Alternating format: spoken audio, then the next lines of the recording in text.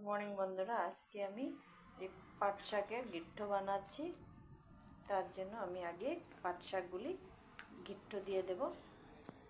দেখেন কিছুটা গিট্টো দিয়ে রেখেছি, আরও কিছুটা আমি গিট্টো দিয়ে রাখবো।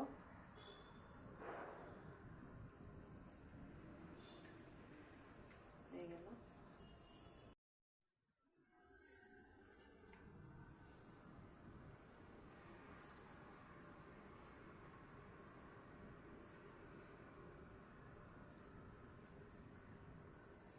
রান্নাটা শুরু করব।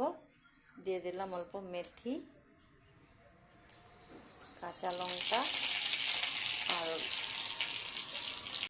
দেব আলু, অল্প দিলাম হলদি আর অল্প দেব লবণ।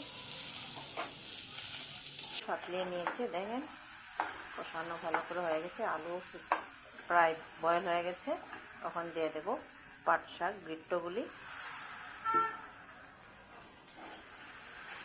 এখন দিয়ে দেব অল্প জল, ভালো করে বয়েল হওয়ার জন্য ঢেকে রাখবো।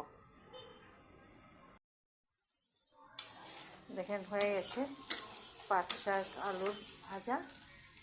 তখন আমি অল্প আদা কুচি দিয়ে দেব। হয়ে গেল আমার নামিয়ে নিলাম পাট শাক গিট্টো ভাজা। এইভাবে পাট শাক বানিয়ে খেয়ে দেখবেন, খুব স্বাদ, ডালের সাথে খেতে খুব ভালো লাগবে। এই রেসিপিটা যদি ভালো লাগে তবে লাইক শেয়ার সাবস্ক্রাইবটা করে দেবেন প্লিজ। Thank you.